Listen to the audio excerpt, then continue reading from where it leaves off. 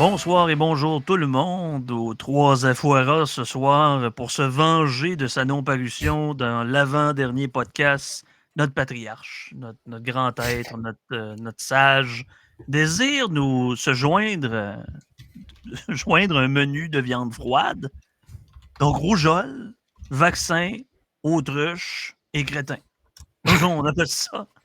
Donc, c'est, mon Dieu, ben, on pose la question ici dans l'antichambre, est-ce qu'on a un Afuera? Je ne sais pas. Peut-être à Ouais, la fin, on aura trouvé quelque chose à afoueriser. Il y a tellement exactement, d'affaires. exactement. Écoute, c'est quand même ironique. On a reçu quelques PhD dans différents domaines. On a reçu des économistes, des monsieur, madame, tout le monde aussi. Mais non, monsieur, madame, tout le monde, genre Antoine Arbour, que j'adore, et Marc-José Ely, au sens où Mhm. c'est pas des notables de la société. Et ironiquement, c'est au 40e podcast, je sais plus combien, qu'on reçoit notre PhD à nous. Écoute, on est chanceux. On n'avait pas déjà fait un podcast où on parlait vraiment de moi d'un début, dans des 10-15 premiers peut-être, je m'en rappelle plus bien. On a abordé le sujet, mais tu À sais, mon écoute, avis, pas assez. Pas assez. On parle pas assez de Serge. Moi, je suis déçu. exactement. T'es trop Ouais. réservé. Puis écoute, En tu effet. sais, Sam parlait de la rougeole. C'est une maladie qu'on pensait disparue, ou du moins Mhm. disparue en Occident au minimum, qui, qui revient depuis quelques mois, quelques années. Qu'on voit qu'il y a une augmentation. Il y a un paquet de monde qui sort un paquet d'hypothèses en pensant que c'est une théorie ce qu'il affirme. First, pourquoi ça revient? Puis deux, pourquoi son cave? Ben, pourquoi son cave? Beaucoup de théories du complot qui circulent et qui sont fausses. Pourquoi que ça revient? En fait, la rougeole n'a jamais disparu. Comme tu dis, elle avait pratiquement disparu du monde moderne, du monde occidental, mais c'est pas une maladie qui, au contraire de la variole, qui est vraiment éradiquée, outre peut-être certains laboratoires aux États-Unis ou en Russie. Je veux dire, la rougeole n'a jamais disparu, elle est toujours très présente en Afrique, elle est présente en Europe de l'Est, elle est présente un peu partout dans le monde, un peu plus dans je dirais pas le monde occidental comme on le connaît. Donc, elle n'a jamais disparu. Il y a beaucoup de théories, bon, de gens, parce que l'immigration, c'est toujours le problème numéro un, la cause numéro un pour tout le monde qui cherche un problème. Donc, il y a beaucoup de gens qui disent que c'est à cause de l'immigration, que les populations qui sont moins vaccinées qui émigrent. Donc, c'est un peu du n'importe quoi. Je dis pas que c'est pas, il y a pas un rôle de l'immigration dans la resurgence de la rougeole. Mais ce qu'il faut savoir, c'est que la rougeole, c'est le virus le plus infectieux qui existe, ou sinon un des top 2, top 3 virus les plus infectieux qui existent. Pour donner une idée, si tu pognes la COVID, une personne pogne la COVID va être capable d'infecter 2, 3 personnes, peut-être 4 personnes. C'est un peu c'est la limite de sa contagion. D'autres maladies, c'est assez semblable, la grippe aussi. La rougeole, une personne qui est contagieuse à la rougeole est capable de contaminer de 12 à 18 personnes. Donc, ça, c'est déjà énorme, de un. De deux, les symptômes, pas les symptômes, mais je veux dire, les particules, les virus. La personne est infectieuse plusieurs jours avant l'apparition des premiers symptômes. Donc, tu n'es pas au courant que tu es infecté et tu distribues le virus partout. Puis, troisièmement, les gouttelettes qui sont émises par les gens qui sont contaminés, donc sont extrêmement légères, beaucoup plus légères que beaucoup d'autres, et restent dans l'air jusqu'à 2 heures. Donc, techniquement, là, quelqu'un peut rentrer dans une maison infecté avec la rougeole, il n'est pas au courant qu'il y a la rougeole, il tousse, il met des gouttelettes partout dans la maison, il s'en va, puis quelqu'un, 1 heure et demie, après, rentre dans la maison et peut être contaminé comme ça, sans aucun contact direct. C'est à ce point contagieux. C'est ça, un peu pour ça que c'est un virus qui ne disparaît pas. Puis, pour éradiquer de manière effective la rougeole, ça te prend un taux de vaccination qui avoisine les 95%. Donc, Question c'est déjà... là-dessus. Oui. Petite question parce que c'est en lien, c'est en concomitance avec la vaccination. Si je me souviens bien, il y avait la rougeole, il y avait les oreillons, la rubéole, qui était une seule.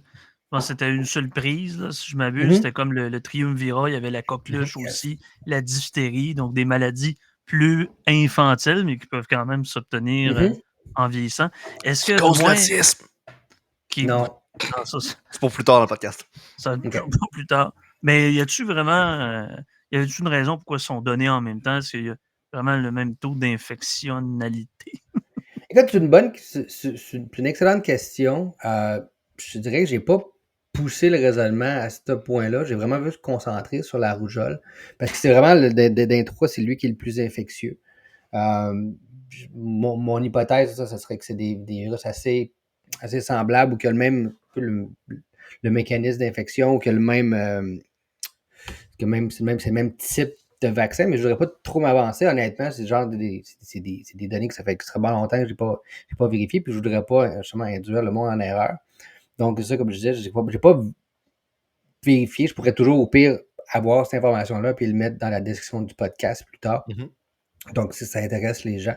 Mais pour revenir à ce que tu disais, comme tu dis, il faut que la rougeole, pour que ça soit éradiqué, ou en tout cas, genre, contenu, il faut que tu aies 95% de taux de vaccination. On s'entend que 95% de taux de vaccination, c'est extrêmement élevé, même dans une époque où, genre, où il n'y avait pas de mouvement anti-vaccin aussi développé qu'aujourd'hui. Tu sais, pour donner un exemple, la variole, qui est un vaccin qui, comme je dis, c'est une maladie qui est éradiquée. Pour l'éradiquer, il faut que tu aies 80-85% de vaccination. Donc, c'est beaucoup plus bas. Et le fait aussi, c'est que la variole, c'est un vaccin qui était extrêmement stable. Donc, il pouvait être distribué et transporté à température pièce et administré dans toutes les régions du globe. Alors que le vaccin pour la rougeole, c'est un virus qu'on appelle pas un virus, un vaccin qui est vivant, atténué. Donc, ça veut dire que c'est pas un virus qui est mort, c'est un virus qu'on a cultivé plusieurs fois, donc qui est encore vivant, qui est capable de faire une réplication, mais qui n'est pas capable de causer la maladie. Donc, genre, certains gènes sont affaiblis, donc ils sont plus capables justement de causer une maladie, mais ils se comportent comme un vrai virus. Mais à cause de ça, il faut que tu aies des conditions de réfrigération modernes pour être capable de d'attribuer le vaccin. Fait qu'on s'entend à des places, mettons en Afrique, des fois dans certaines régions en Amérique latine, c'est plus difficile. Donc, ces régions-là sont encore endémiques pour la rougeole. Fait que, tu sais, quand on dit ça cause des immigrants, je veux dire, ça peut être une cause. Je veux dire, certaines communautés immigrantes, justement, qui sont moins favorables à la vaccination. Mais ça peut être n'importe qui, je veux dire, qui n'est pas vacciné. Mettons, je sais pas moi, quelqu'un. Albert, qui s'en va genre en Europe de l'Est ou en Afrique et qui n'est pas vacciné, attrape la rougeole, n'est pas au courant, il revient à l'aéroport, d'une poche facilement où tu peux infecter plein de gens, ou va à l'église, ou va genre à une école, va dans un hôpital, déjà là, il peut infecter, puis comme je dis, là, c'est extrêmement rapide, là. Je veux dire, une personne peut en infecter jusqu'à 20, 18 personnes. Fait que, tu sais, je veux dire, même quand tu as un haut taux de vaccination, ça va être rare que tu vas avoir un 95% qui est uniforme. Tu vas avoir des poches, des quartiers, tu vas avoir des communautés qui vont être à 80, qui vont être à 85. Fait que, je veux dire, le 15% qui n'est pas vacciné dans ces communautés-là vont l'attraper, vont développer la maladie. Comme je dis, c'est un virus qui est extrêmement efficient. C'est un virus, honnêtement, qui est parfaitement adapté. C'est peut-être le virus parfait, c'est un des virus qui est le mieux adapté à l'humain. Il est vraiment fait pour infecter l'humain, puis il est extrêmement compétent à ça. Donc, je dis, comme je dis, même tu as des. Puis là, maintenant, ce qu'on voit aussi, qu'il y a une diminution de la vaccination, qui est beaucoup causée par la job de cochon que le gouvernement a faite pendant la COVID. Donc, ça fait que les taux diminuent. Puis, surprise, surprise, moins de vaccination, plus de rougeole. Il faut faire attention, il y a un point d'élément au niveau de la nuance, au niveau des immigrants. Ce n'est pas tant un facteur que cela, comme dit Serge, mais la nuance étant que tout immigrant, donc résidence permanente ou réfugié, doit préalablement, pas dans la stricte conformité, mais subir un examen médical d'immigration, un medical exam, par un médecin qui est agréé, donc un panel physician, qui est désigné par l'État. Donc, lors de cet examen-là, la personne peut être invitée à présenter un carnet de vaccination. Donc, si elle en possède un, dans certains pays, c'est le cas, dans d'autres, non. Dans un autre cas, on enregistre un historique vaccinal. qu'on soit réfugié, qu'on fait une demande de résidence permanente, ou bien dans certains cas, en devenant travailleur avec un permis de travail fermé ou un permis de travail ouvert. Peu importe les conditions de l'immigrant, là, peu importe s'il vient s'installer sur une période Mhm, plus ou moins longue, là, on ne parle pas de... Donc, mhm, c'est quand même assez sévère là-dessus.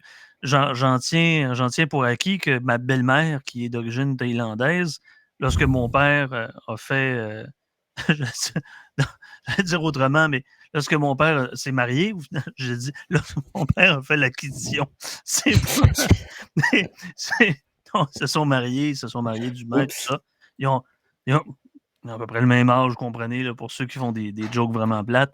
Mais non, je veux dire, c'était très filtré, là, puis ça a été tout qu'un chiard de faire venir ma belle-mère. Mhm. Bref, Non, mais, c'est un peu ça. t'as raison. Je veux dire, les immigrants arrivent avec un historique, un historique médical, puis tout ça, mais je dis, je pense que aussi l'argument derrière ça, c'est qu'il y a beaucoup de communautés qui vont venir de régions où il y a des faibles taux de vaccination, par exemple. Tu sais, je veux dire, ils n'ont pas été vaccinés. J'ai aucune idée s'ils sont encouragés à le faire quand ils arrivent au Canada. Ça, j'en ai aucune idée, mais c'est des communautés, justement, qui sont peut-être pas vaccinés, qui viennent s'établir ici. Puis, comme je dis, t'as pas besoin d'un immigrant qui arrive ici puis qui contamine tout le monde. Tu as juste besoin de quelqu'un qui part d'ici. Ça peut être un blanc de souche catholique de l'Abitibi qui va dans un pays contaminé puis qui revient puis qui contamine tout le monde. Là. C'est pas besoin. Tu sais, oui, tu sais, il y a comme peu de circulation normale ici.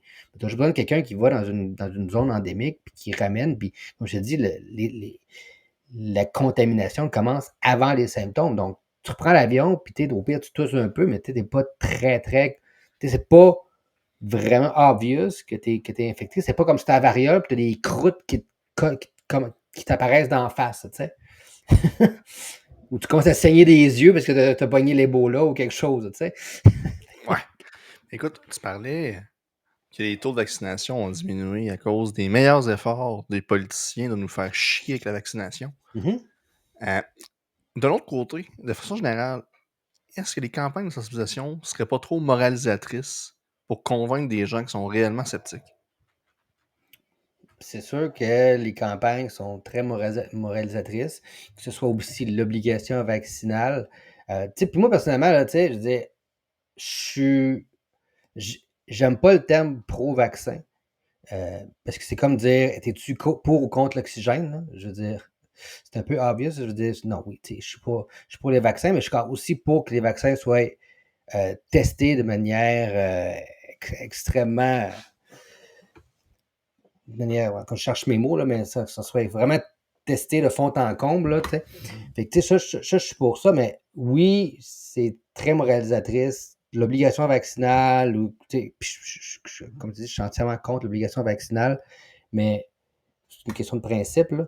Mais je dis, on l'a vu pendant la pandémie, là, tu sais, c'est comme papa qui s'adresse genre à un enfant. C'est ça, souvent, le discours qu'on a des autorités. Et, je veux dire, le manque, comment je dirais, le manque, tu sais, ça arrive de faire des erreurs. À un moment donné, il faut que tu sois capable de dire, OK, le pour, le contre, le vrai, Le le faux, risque de la carte. zéro n'existe pas dans Ben, un c'est cas ça aussi, même de c'est vieux ça. vaccins comme des nouveaux vaccins. C'est ça, quand tu dis que le vaccin est 100% efficace, je veux dire, factuellement, c'est faux. Il est efficace à 99,999%. Mais je veux dire, il y aura toujours des exceptions, comme n'importe quelle drogue, n'importe quel médicament n'est pas effectif à 100%, parce qu'on a toute une génétique différente. On est tous des individus différents, on va réagir différemment envers différents traitements, vaccins. Donc, c'est pour ça que, tu sais, d'un point de vue optimal, moi, je pense que c'est le futur de la médecine, puis ça pourrait être intéressant à un moment donné de revoir Karim El Ayoubi parler de ça, c'est genre la médecine personnalisée. C'est genre, tu prends un échantillon de l'individu, ça se fait avec le génie génétique, tu es capable de vraiment identifier, catégoriser une personne, puis d'être capable de voir, bon, ben, tu vas réagir comment à tel ou tel médicament. Donc, ça fait que ça serait beaucoup plus ça qui serait intéressant, mais oui, non, c'est extrêmement moralisatrice. Je pense qu'il faut établir les faits, Mais il faut être humble, c'est ça le mot que je cherchais tantôt, il faut être humble justement quand tu présentes les faits. Faut que les scientifiques, c'est des humains, les politiciens, c'est des humains, mais quand tu présentes des scientifiques comme des experts infaillibles, je suis désolé, mais c'est pas ça. Je pense je pense qu'il y a un côté de la science de certains experts qui veulent pas admettre des fois qui sont pas infaillibles. Donc, ça arrive, mais ça, c'est d'être transparent puis de l'admettre. Je dis, gars, j'ai été en laboratoire, là, je veux dire, j'en ai fait des centaines et des centaines d'expériences, puis j'ai fait des méchantes gaffes puis des erreurs, là. Mais tu sais, ça, je pense que... Il y a une solution, je veux dire. On a un contexte où, surtout pendant la pandémie, les gouvernements ont été absolument horribles dans la façon de traiter les choses. Et ce, même si des dizaines de millions de dollars ont été dépensés pour ces publicités-là. Mais il y a des choses qu'on peut mettre de l'avant. C'est-à-dire que, dans le fond, les gens réagissent à la promesse d'autonomie qu'à la contrainte. Et ça, c'est dans tout. C'est très libéral ce que je dis là. Se vacciner, c'est ne plus dépendre des quarantaines, des tests, des fermetures, par exemple. La vaccination, c'est un outil d'indépendance, du moins comme marque, plutôt qu'une marque d'obéissance. Donc, si C'était on censé. valorise le choix éclairé, parce que je pense que les individus peuvent être assez intelligents pour eux-mêmes et pour leur famille, dont leurs enfants, de choisir du sort de la médication, ou du moins, c'est la responsabilité du parent. Or là, on parle surtout de vaccins qui ont lieu plutôt vers l'enfance. Ça peut être dans d'autres contextes, mais la majorité des vaccins se donnent dès l'enfance. Donc, imaginez, c'est le parent qui décède et non l'enfant. Donc, la meilleure façon, c'est d'encourager cette curiosité-là plutôt que de la soumission avec des agences qui sont complètement au-dessus de la réalité. Donc, des informations claires, visuelles, honnêtes sur des risques, les bénéfices, au lieu d'éviter comme on le dit, des slogans moralisateurs, c'est votre devoir, puis c'est une responsabilité que vous devez prendre, comme le droit de vote. Non, Tu convaincras jamais personne avec une campagne moralisatrice. non, Tu sais, genre, ceux qui seront pas convaincus par les faits seront pas convaincus par une campagne moralisatrice. Ben écoute, Mais à un moment donné, il faut que tu mettes les faits à la table. Puis tu dis, gars, je veux dire, tu sais, je veux dire, il y a aussi le fait que, tu sais, la rougeole, c'est une maladie qu'on pensait disparue. Donc, tu vois, peut-être dans l'imaginaire des gens, c'est plus un risque, c'est plus dangereux, où on se rappelle pas, on l'a pas attrapé quand on était jeune, où on a eu des symptômes mineurs, donc on considère plus ça comme un risque.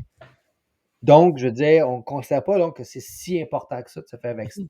Quand tu regardes les faits, je sais pas ce que tu mets. dans le fond, c'est un exemple. C'est une compagnie à Montréal qui fait des tests personnalisés au niveau des bilans hormonaux et autres. OK.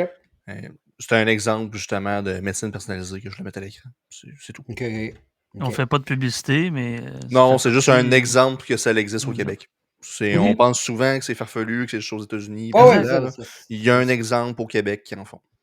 mais C'était tu ça sais, le comme principe. mettons, c'est ça, mais tu sais, comme Star, puis là, je connais pas les chiffres, mais si tu dis, mettons, qu'il y a des risques, je sais pas, moi, genre 1 sur 25 000, 1 sur 50 000 ou 1 sur 100 000, mettons, de vaccins, d'avoir, mettons, un incident suite au vaccin. Puis comme j'ai dit, c'est jamais infaillible à 100%. Mais je veux dire, tu te rends compte que la rougeole, t'as quand même un cas sur 1000, ça cause des encéphalite, là, qui est une inflammation du cerveau. Ça cause des pneumonies, tu sais, ça cause c'est la principale cause de décès. Fait que oui, tu sais, oui, tu peux mourir de la rougeole. Je pense que les gens ne réalisent pas à quel point, je veux dire, c'est une maladie qui est encore présente et qui est encore très dangereuse. Mais comme je te dis, le plus gros problème, ça, c'est plus mon côté borderline libertarien, là. Donc, tu dis, tu sais, je suis contre la vaccination obligatoire parce que je pense que tu fais juste repousser les gens avec ça. Mais dans un système où tout est gratis, je veux dire, il est où le risque? Tu sais? Si j'appogne au pire, le gouvernement va me soigner. C'est là que, tu sais, je débarque. Moi, je dis, tu peux prendre, il y a un vaccin qui existe, qui est sécuritaire, qui est efficace, qui ne cause pas l'autisme, on pourra en reparler, et qui prévient une maladie qui peut avoir des effets négatifs sur la santé de votre enfant. Mais je dis, OK, c'est correct, vous ne voulez pas le donner, fine. Mais je veux dire, tout ce que ça va coûter dans le système de santé, vous l'assumez à 100%. C'est pas à la société d'assumer votre choix. Moi, c'est là que c'est mon côté plus libertarien. C'est comme, OK, tu fais ce que tu veux. Je t'ai exposé les pour, les contre. Tu fais ce que tu veux. S'il arrive de quoi, tu es responsable. Écoute, On a ouvert la porte tantôt. J'ai ouvert la porte en joke tantôt. Tu viens de faire un rappel sans aller directement vers l'autisme. Il y a encore une fois, parmi les hypothèses fumeuses qu'on voit passer un petit peu partout, que les gens se croient beaucoup trop. Ben, souvent, ils vont dire que les gens sont plus malades depuis qu'on prend des vaccins, que tout est la faute des vaccins, pour toutes sortes de raisons possibles. Empoisonnement aux métaux lourds, c'est à cause des... J'ai déjà vu réellement, que je vais dire là, que c'est à cause des œufs qu'ils utilisent, qui sont contaminés pour faire certaines sortes de vaccins. Un paquet d'histoires fumeuses. En réalité, je sais que tu en as parlé, puis je veux déjà dans le passé, les PFAS. Puis il y a un paquet d'autres polluants dans l'environnement qui peuvent causer des problématiques de santé diverses. Je voudrais jamais que tu prennes aux auditeurs un peu, c'est quoi le type d'agent qu'on se rend même pas compte qu'on a autour de nous autres qui est problématique. Mais c'est ça, les gens se rendent pas compte à quel point, à tous les jours, ils sont bombardés, que ce soit de micro-organismes, que ce soit de virus, que ce soit de champignons, de métaux, de trucs, ils s'en rendent pas compte. Fait que c'est toujours plus facile de pointer des choses que tu vois et que tu ne comprends pas, genre une seringue dans un bras ou une traînée de nuages bizarre dans le ciel. OK? Fait que non, OK, c'est pas la seringue et c'est pas le contrail, chemtrail, peu importe ce que tu veux penser, là, OK, c'est pas ça. OK? Un chemtrail? Contrail. Anyway. Mais, Es-tu dans le parti public, là, ou parti non, Patreon? Parce d'accord, que, Public. public. Seigneur Dieu. On essaie de faire de la prévention en disant vous êtes les meilleurs pour vous-même pour décider quel est votre traitement, etc. Puis que, bon, on essaie Mais, moindrement de faire de la vulgarisation scientifique. Puis c'est un sujet qui est quand même assez. Non seulement c'est important, parce que ça rappelle l'idée qu'il y a des choix publics, mais il y a des choix personnels. Mhm. Dans ces choix personnels-là, il y a l'hygiène. Je m'excuse, si vous prenez le transport en commun, vous allez vous rendre compte que l'hygiène est assez déficiente. On n'est pas à Bangalore, on n'est pas à Mumbai dans une journée d'été. Là. On parle d'être à Montréal, même à Sherbrooke, même à n'importe où. Il y a une déficience au niveau du. Tu sais, je veux dire, même si tu vas aux toilettes publiques, là, je ne suis pas un trouble obsessionnel compulsif, mais une bonne partie des gens, ça me dégoûte complètement, là, qui vont dans des buffets et qui ne se lavent pas les mains. On s'entend, là, c'est de base. On dit, ben oui, mais c'est sûr. Mais imaginez le risque de contaminants. On est de plus en plus de monde. On est dans une société hyper concentrée. Tout voyage très rapidement. Il y a les marchandises qui affluent de part et d'autre. Donc, la libre circulation des biens et des personnes peut augmenter ce volume d'infection-là. Et peu importe, là, si c'est la grippe du chameau espagnol du sud de l'Est, ou bien non, tout simplement la grippe H1N1 ou la grippe régulière, la grippe de saison. Mais essentiellement, il y a ça, puis les habitudes alimentaires. Je veux dire, je m'excuse, les gens ont plus le temps de cuisiner, mangent de la scrap, donc puis on fume encore aujourd'hui. On s'entend, excusez les fumages, j'en étais un jusqu'à, ça fait déjà 2 ans, 3 ans, mais tu sais, c'est d'autres facteurs, il y a d'autres comorbidités. Serge, tu avais un point à soulever. ben, j'ai pas répondu à la question en Francis avant que mon slip-up de langage. Mais comme disait, Excusez. comme Francis disait, les gens ne se rendent pas compte à quel point leur environnement sont bombardés à toutes les. T'es juste au réveil, tu vas te réveiller, tu as peut-être de la poussière d'acarien, tu peux avoir des spores de moisissure, tu as des composés organiques volatiles qui vont provenir de formaldéhyde dans tes meubles ou de la peinture, des colles, tu as des phtalates qui peuvent être dans tes matelas, tu as des retardateurs de flammes qui vont être dans ton oreiller, tu as des microplastiques qui sont dans tes fibres, tu as comme je dis, des bactéries, tu as des virus. Après ça, tu vas prendre ta douche, tu as du chlore dans l'eau, il y a du chlorophyre qui va se former avec les composés organiques volatiles qui vont réagir avec l'eau chaude. Tu as des métaux lourds, tu peux avoir du plomb dans l'eau que tu consommes ou que tu prends ta douche avec à cause des tuyaux. Tu as du triclosan dans tes savons antibactériens, tu te mets du parfum, il y a encore des phtalates, qui des taux de produits synthétiques, tu as des parabènes, des des phénoxyéthanol, tu as du fluor dans l'eau qui est bénéfique, mais c'est quand même reste un agent chimique. Tu as des nanoparticules de dioxyde de titane dans certaines pâtes à dents. Tu as des pesticides, des résidus de pesticides dans ta nourriture. Tu as de l'acrylamide si genre tu fais griller trop ton pain. T'as des nitrates, t'as des PFAS, comme j'ai dit, qui sont partout. Je dis 97% des gens, si tu prends un échantillon de leur sang, ils ont des PFAS. Tu peux avoir des résidus vétérinaires dans ta viande.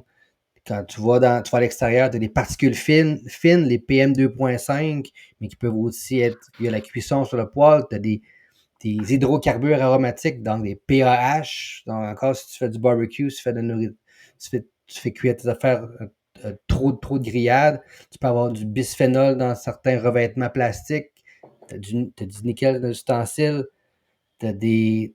Là, T'en disclaimer, as plein. Puis là, tu sais, comme je dis, là, pour je suis ceux même qui pas nous écoutent, rendu. Ouais. disclaimer, on va tous mourir, mais d'une façon Mais c'est lente toujours, et mais c'est sûrement. toujours c'est toujours la dose qui fait le poison.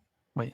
Mais comme je te dis, tu sais, le corps humain ou le corps de la femme quand elle est enceinte, tu sais, je veux dire, est mis en contact avec beaucoup plus de choses qu'il y avait il y a 100 ans, 150 ans. Des produits chimiques qu'on a mis dans l'environnement, qu'on n'était pas au courant que ça avait un effet sur la santé. Comme je dis, des microplastiques dans l'eau, comme des PFAS, des dioxines, des furanes, des composés organiques. Tu sais, il y en a partout. Ça, c'est sans compter les micro-organismes. Puis le fait qu'on vit plus longtemps aujourd'hui, c'est juste à cause aussi de la science médicale. Parce que, tu sais, quand le monde dit, le monde était mieux il y a 150 ans parce qu'il n'y avait pas ces produits chimiques-là, ouais, mais le monde mourait à 35 ans parce que le monde versait leur excrément dans l'eau puis ils buvaient ça en aval. Là, fait que... Avant de poursuivre, moi, je ne connaissais pas c'est quoi les PFAS, je suis un ignorant de la chimie. Ce sont des composés perfluorés, donc des polluants éternels, semble-t-il. Donc, ce sont vas-y donc. J'avais la... Ouais, J'avais mais la... c'est PFAS, c'est un perfluoré. per et polyfluoré. En fait, tu dis quand tu prends une molécule Un d'organique peu, de là. chimie, Il y a un nom plus long, là. Polyfluorolactylé. ouais, des composés poly et fluoroalkylés. OK, bon. Ils sont Mais tu sais, genre, 4700. c'est des estimés entre 4000 et 10 000. OK, c'est différents composés. Tu en as des très courts, tu en as des très longs. C'est des composés qui se ne dégradent pas. Honnêtement, là, la recherche environnementale des universités, là, je veux dire, elle se concentre énormément sur ça. Comment les dégrader, comment les capturer, comment les éliminer, C'est pas le comment. CO2? Ouais, Le plus gros dommage en environnement, c'est pas le CO2? non. Hey, Oh! je vais faire un avocat du diable de moi, là. Mais si ce sont des composés environnementaux, est-ce qu'il faut augmenter les employés de l'État dans le ministère de l'Environnement, Serge? Je le trouve drôle. Non, t'as juste besoin d'avoir une réglementation et tu laisses une réglementation des limites de consommation. C'est comme une affaire, tu sais, comme je dis, je suis pas contre le gouvernement. Tu sais, je veux dire, un monde où que le gouvernement n'existe pas et que tout le monde s'auto-régule, je pense que c'est illusoire. Éventuellement, peut-être ça va arriver. Tu sais, comme je dis, c'est toujours une courbe, plus tu te rapproches, mais je veux dire, t'as juste, tu sais, il y a énormément de laboratoires privés qui font ce genre d'analyse-là.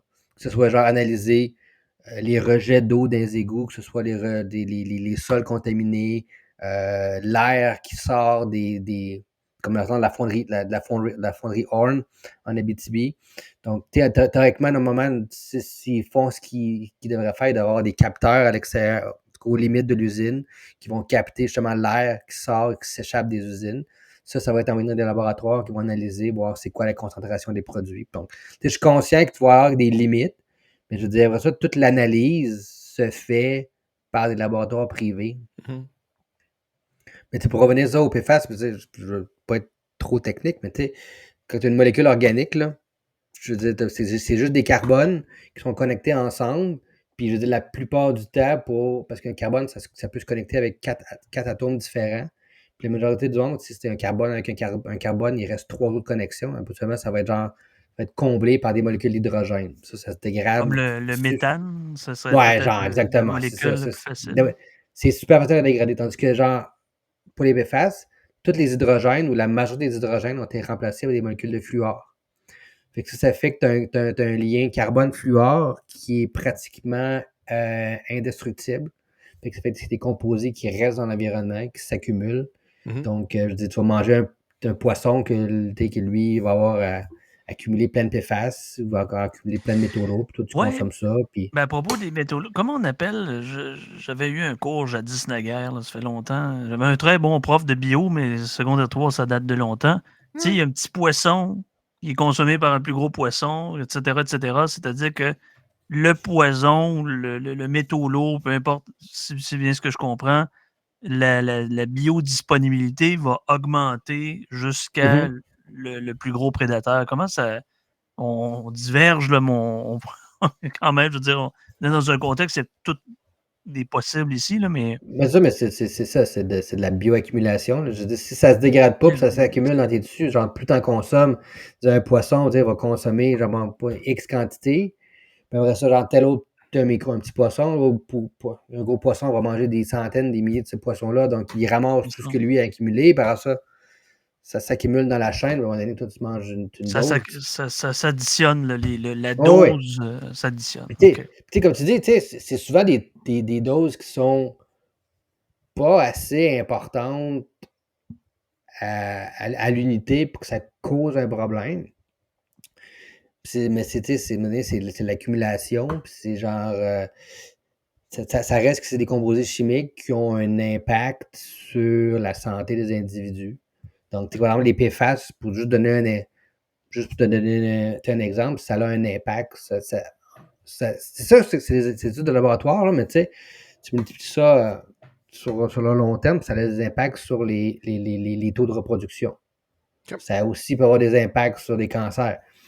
Mais tu sais, les microplastiques, c'est pareil. Je veux dire, tu sais, les microplastiques, tu en as un peu partout, mais un des problèmes majeurs, c'est les bouteilles d'eau. C'est comme, il n'y a aucune norme présentement pour les bouteilles d'eau, c'est plein de microplastiques.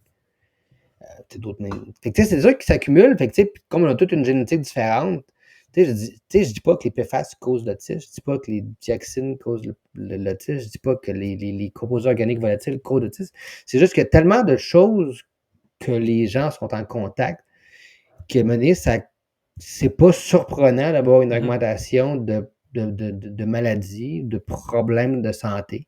Puis comme je te dis, c'est juste que la science médicale évolue tellement rapidement qu'il est capable de contrebalancer ces effets-là. Je veux dire, il y a 150 ans, comme je dis, je veux dire, tu pouvais mourir à 35 ans parce que tu buvais de l'eau contaminée dans la rivière. Je veux dire, la rivière n'avait pas de produits chimiques, là.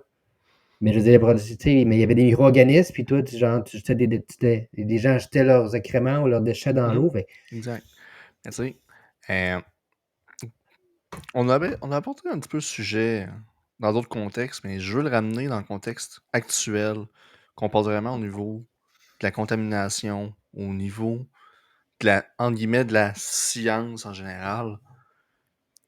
On nous parle beaucoup du combat contre la désinformation Mhm. depuis plusieurs années.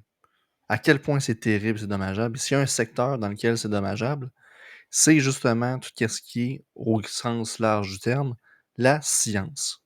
On a politisé la science plutôt que de l'expliquer. C'est le rôle de qui de combattre cette désinformation-là et cette politisation-là. C'est à l'État, aux médias, aux scientifiques, c'est à qui? Je pense que c'était la société publique en général.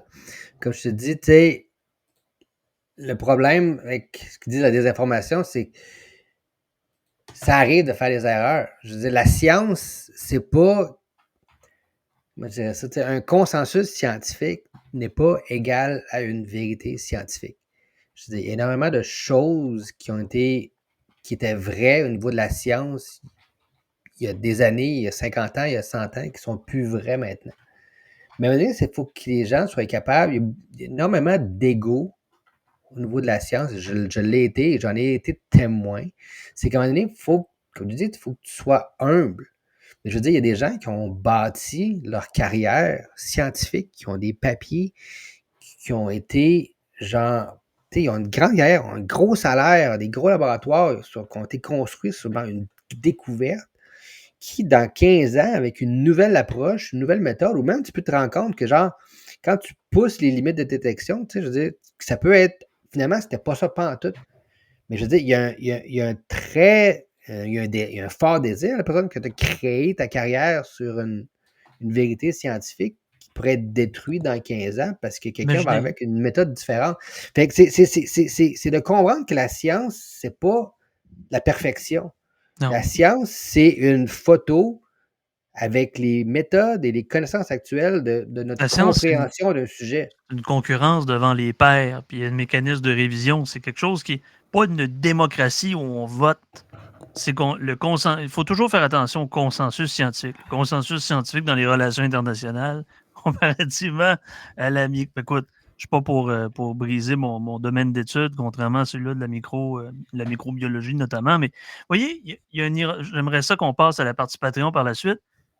Mais Déjà. pas maintenant, mais l'affaire, c'est qu'il n'y a jamais eu Il reste la autant fleur. d'informations. Il n'y a jamais eu autant d'informations disponibles. On a de Lancet, on est capable de googler, on est capable de faire CTRL-F, on est capable de dire à ChatGPT, regarde, je comprends pas trop, c'était par exemple Grok ou peu importe, de résumer un article scientifique avec des bases plus compréhensibles, plus malléables pour quelqu'un qui est plus néophyte en matière de chimie organique ou en matière de mathématiques. Imaginez où maintenant les niaiseries sont diffusées publiquement des politiciens. On est capable d'aller voir qui dit des niaiseries, c'est enregistré. Il y a une libération au niveau de la parole, mais il n'y a jamais eu autant de niaiseries et l'opinion passe pour une vérité. Et encore plus, des experts qui passent des opinions comme des analyses sérieuses, congruentes, et qui parlent de corrélation et de causation, alors que c'est de la foutaise absolue. Il y a des gens qui, comme tu dis, pour finir, il y a peu d'humilité. On gagne la grosse tête quand on est Radio-Canada ou peu importe, puis on pense avoir le bon Dieu sans confession. C'est très dangereux, tout ça. Mais en effet, je veux dire, comme je dis, tu sais, genre pendant l'épisode de la COVID, je veux dire, si le gouvernement est arrivé, parce que quand on écoute le gouvernement, là, pendant l'épisode de pandémie, là, je veux dire, ils se sont contredits. Là. Quand tu prends là, les 2-3 années de la pandémie, ils se sont contredits à de multiples reprises, mais ils n'ont jamais voulu l'accepter. Genre, peu importe. Mais tu sais, cette humilité-là n'existe pas. Donc, à un moment donné, il faut se dire, gars, qu'est-ce qui s'est arrêté de dire on comprend pas le virus, on pense que ça va aider, faites-le s'il vous plaît, ça c'est des risques, blablabla. Après ça, genre dans 3 semaines, 2 mois après, tu te rends compte, mais finalement, c'était pas le cas, mais genre ça, c'est le cas. Tu sais, genre de juste réajuster le tir d'un. Donc, tu sais, je pense qu'il y a une. Puis, tu sais, mais les médias, puis c'est comme je dis, il y a une politisation de la science. Je veux dire, si Biden avait été président au niveau de la COVID et que Biden avait dit que l'hydroxychloroquine était une solution, l'hydroxychloroquine aurait été une solution. Peut-être les médias l'auraient poussé. Boire l'eau de Javel aussi. Ouais, c'est ça.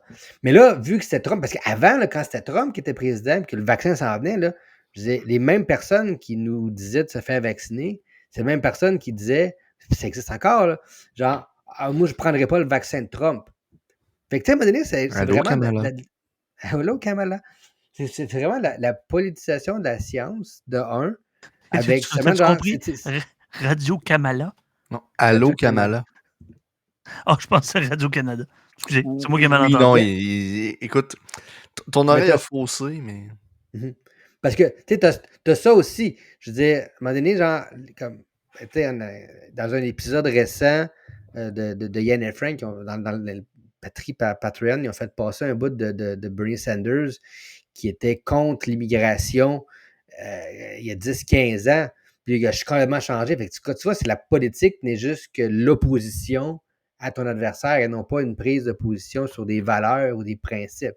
Fait que, tu sais, déjà là, sur la politisation de la science. Des politiciens qui ont des principes. Ouais. Ça pourrait exister. Ça pourrait exister, c'est plus rare. Mais quand tu dis que c'est le rôle de qui? C'est le rôle des médias aussi. Parce que les médias ont un rôle à jouer dans la science, c'est la désinformation. Parce que quand que tu dis la quantité de papiers scientifiques qui sortent à chaque semaine, je veux dire, tu n'as pas assez de médias au Québec pour faire le tour. OK? Fait qu'il y a une sélection qui se fait des nouvelles scientifiques quand ils en parlent. Donc, tu as un biais derrière. Bon, cette nouvelle-là booste mon narratif. C'est ça. Cette nouvelle-là booste mon narratif. Donc, une nouvelle étude a dit ça.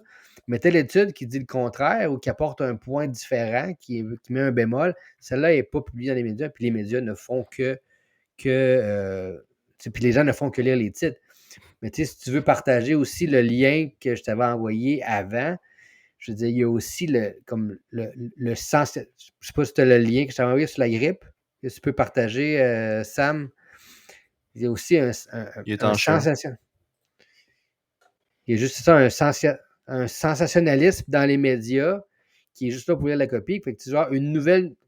Baisse, je ne vois pas le titre. Une nouvelle mutation de l'influence. Non, c'était pas ça, c'est celle-là que je t'ai présenté. C'est lui. Moi, ce que j'avais, je pense que c'est une vieille nouvelle. Je pense que c'est le nouveau lien. La nouvelle a été updatée, mais à l'époque, il y a quelques jours, c'était une nouvelle mutation. Laisse présager. Ben, c'est ça, une mutation de laisse présager. Non, c'était une grippe mutante. Une grippe mutante allait créer Mais c'est une saison de absolument. grippe différente.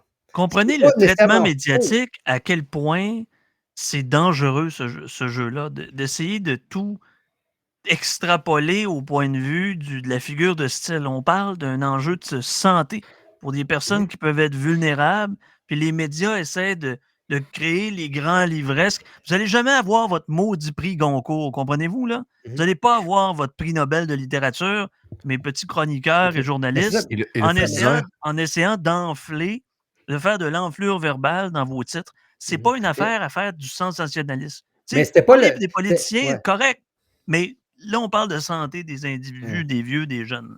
Je pense que le titre a changé, parce que le titre original, c'est différent. On parlait vraiment de grippe mutante là, qui allait causer une saison difficile. Fait que, tu sais, c'est un titre qui est sensationnaliste, qui fait peur aux gens, mais en même temps, genre, qui va aller repousser tous ceux qui commencent à ne plus croire les médias, ce qui est une très grande partie de la population. Donc, tu t'aides pas, parce que, oui, tu fais peur au monde, mais il y a plein de monde qui refuse, ou tu sais, genre, la confiance envers les médias est en chute libre. Fait que là, quand tu fais un titre de même, sensationnaliste, là, tu t'exposes à peut-être 40% de la population, 60% de la population dit bon, ben, regarde, ton vaccin, c'est la grippe, tu vas te mettre où je pense, parce que je te crois pas quand tu mets ce titre-là. Fait que c'est genre de sensationnaliste de la science, c'est plate. OK? Je vais le dire vraiment. C'est plate parce que c'est factuel, puis ça change. Ça peut être. Fait que, j'ai juste de présenter les choses comme ils le sont, factuel. Ça fait pas des grands médias, ça fait pas des. Attends un peu, là. À ta défense, je m'excuse. Moi, j'écoute des affaires sur l'astrophysique. Le soir, là, je veux dire, moi, les affaires de supernova, bon, ça m'empêche vraiment de dormir, finalement, parce que Chris, un soleil qui meurt. Mais il y a des façons de vulgariser. Moi, j'aime beaucoup AstronoGeek. Il y en a plusieurs comme ça dans le monde anglophone, dans le monde francophone, mais AstronoGeek, assez intéressant. Il y a façon de vulgariser en mettant ça pas plate, mais c'est sûr que des formules de balance d'équations, j'ai rushé là-dessus. Mais, tu sais, de la façon dont Serge s'exprime dans ses articles, moi, personnellement, j'ai un biais positif en l'honneur du professeur Cloutier, mais ce qui est plate, là, c'est dire aux gens, ben, il y a une vérité toute crue. Il y a des choses qui transigent l'idéologie, la pensée, l'opinion. Et bon, il y a des conséquences de ça. Donc, c'est plate, mais c'est ça.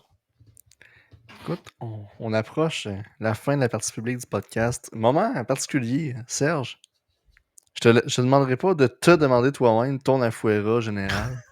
Donc, j'ai un Afuera de la semaine de mon bord, mais ton Afuera général, ta première chose que tu couperais, ce serait quoi? C'est une bonne question, parce que là, on est complètement. Ben, vas-y avec le tien, puis je verrai après. C'est bon, c'est bon. Ouais, je vais me servir de ce que je vais partager comme mise en contexte. Mais je veux pas parler de Stephen Blaney comme tel. On peut-tu affairiser, tabarnak, l'hostie d'élection à 3 semaines de la période budgétaire au municipal? Les élus ont même pas le temps, câlisse, de commencer à comprendre c'est quoi leur job, à comprendre c'est quoi un hostie de budget municipal.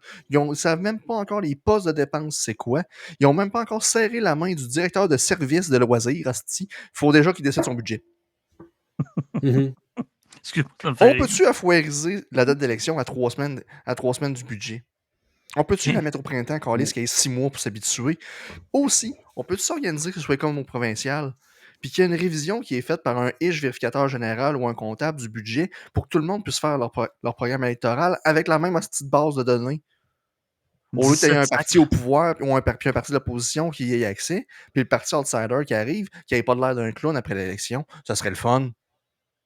Moi, Francis, tu devrais faire Je vous salue Marie, puis faire T'as trop eu de la semaine. Je suis choqué. Mais c'est quoi cette photo-là?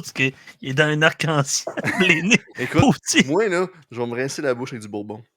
Bon. OK, On est mais foiré. gars, tant qu'à affoirer, on va affoirer la SAQ. Ah! Deuxième podcast qu'on avait fait. Ben, Ouais, moi, je sais j'ai pas mon ce qu'on avait affaire. fait, mais je veux dire, pour ceux, parce que quand j'ai manqué justement le podcast il y a quelques semaines, j'étais au Michigan. Et qu'est-ce qu'il y a au Michigan qui est merveilleux? De Total Total Hamburger. Wine. Et Ah. dans My God, que c'est merveilleux, Steph. My God, C'est que pas c'est merveilleux. c'est Steph, pas que je voudrais. d'hamburger aussi au Michigan? Peut-être. Mais Non, maudit, tu je trouves voudrais avec le hot avoir ce dog. système-là. Je voudrais avoir ce système-là au Québec. Je veux dire, la sélection est supérieure, le service est équivalent. Je veux dire, quand tu pognes quelqu'un à la SAQ qui sait vraiment de quoi il parle, tu as un excellent service. Je veux dire, la sélection est supérieure et le service au général, parce que tu as tout. Tu n'as pas juste d'alcool, tu peux avoir des chips, tu peux avoir des trucs à cocktail, tu peux avoir tout ce que tu as besoin à une seule place. T'as besoin de cornichons pour ton Bloody Caesar. Il est là dans un kit déjà coupé. Exactement. Puis la fille qui était là, qui m'a parlé de whisky, elle m'a convaincu d'acheter un whisky 25$ moins cher. Puis je le regrette pas. Il Tu était verras pas ça les excellent. SAQ. Ah. Moi, mon affaire, les centrales syndicales. J'aurais pu dire les syndicats, mais on va dire d'annuler les. Je suis quand même pas un fasciste, je suis un libéral. Je suis pas contre les unions. Je veux dire, les unions que ça donne, ça dépend. Si c'est des unions qui sont consenties, why not? Et les centrales syndicales, présentement, je veux dire, on tourne présentement un mercredi d'une semaine de fin novembre, pour ne citer que celle-là. Je veux dire, il y a seulement qu'un seul mercredi de fin novembre. Mais dans le contexte de Magali Picard et ses sbires, c'est absolument ahurissant ce qui se produit. Donc, les centrales syndicales, on en a parlé d'ailleurs avec Adrien Pouliot lors de notre précédent échange dans notre précédente émission. Laissez-moi vous dire que la loi Boulette, elle va pas si loin que ça. En tout cas, moi, les centrales syndicales, tu t'enlèves ça, là. Hey! Mais il faut quand même. En Islande, garder. parler du féminisme international. Pourquoi une Québécoise, ou un Québécois, je ne genrerai pas, s'en va au royaume des geysers où l'IDH pète le top? Pas plus un royaume, c'est rendu une république, c'est plus au Danemark, mais bref, peu importe. Parenthèse fermée. Comment ça se fait que des madames ici du Conseil du statut de la s'en aillent là-bas pour faire la leçon aux Islandaises? Hey, come on! Avec l'argent des cotisants. Afuera! En effet, mais écoute, Sam, avant que tu t'en ailles faire un discours sur l'empire de l'autruche Hongrie, on va traverser du côté Patreon et des exclusivités pour parler de la situation des autruches et bien d'autres choses.